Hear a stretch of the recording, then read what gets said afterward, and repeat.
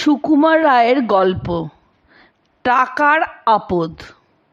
বুড়ো মুচি রাতদিনই কাজ করছে আর গুনগুন গান করছে। তার মেজাজ বড় খুশি, স্বাস্থ্যও খুব ভালো। খেটে খায়, স্বচ্ছন্দে দিনও চলে যায়। তার বাড়ির ধারে এক ধনী বেনে থাকে। বিস্তর টাকা তার, মস্ত বাড়ি, অনেক চাকর বাকর। মনে কিন্তু তার সুখ নাই, স্বাস্থ্যও তার ভালো নয়। মুচির বাড়ির সামনে দিয়ে সে রোজ যাতায়াত করে আর ভাবে, এই লোকটা এত গরিব হয়েও রাত দিনই আনন্দে গান করছে, আর আমার এত টাকা করি, আমার একটুও আনন্দ হয় না মনে।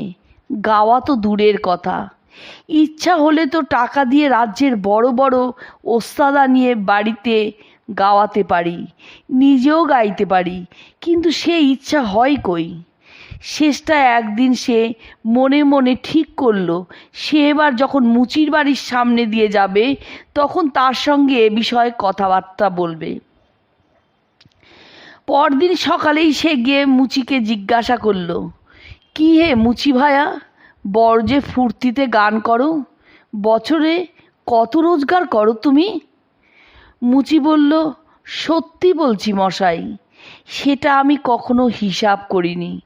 আমার কাজেরও কোনো দিন অভাব হয়নি, খাওয়া পড়াও বেশ চলে যাচ্ছে, কাজে টাকার কোনো হিসাব রাখবার দরকার হয়নি কোনো দিনও।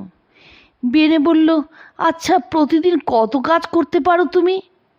মুচি বলল, তারও কিছু ঠিক নেই, কখনো বেশি করি, কখনো কম করি।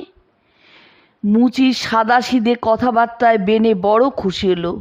তারপর একটা টাকার থলে নিয়ে এসে মুচিকে বলল, এই নাও হে, তোমাকে এই 100 টাকা দিলাম, এটা রেখে দাও, বিপদ আপদ অসুখ বিসুখের সময় কাজে লাগবে। মুচির তো ভারী আনন্দ, সে সেই টাকার থলেটা নিয়ে মাটির তলায় লুকিয়ে রেখে দিল। তার জীবনে সে কখনো একসঙ্গে এতগুলো টাকা চোখে দেখেনি। কিন্তু আস্তে আস্তে তার ভাবনা আরম্ভ হলো। দিনের বেলা বেশ ছিল, রাত্রির হতেই তার মনে হতে লাগলো, ওই বুঝি চোর আসছে।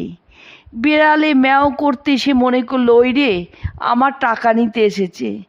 শেষটায় তার আর সহ্য হলো না, টাকার থলিটা নিয়ে সে ছুট্টে বেনের বাড়ি গিয়ে বলল, এই রইল তোমার টাকা, এর চেয়ে আমার গান আর ঘুম ঢের ভালো।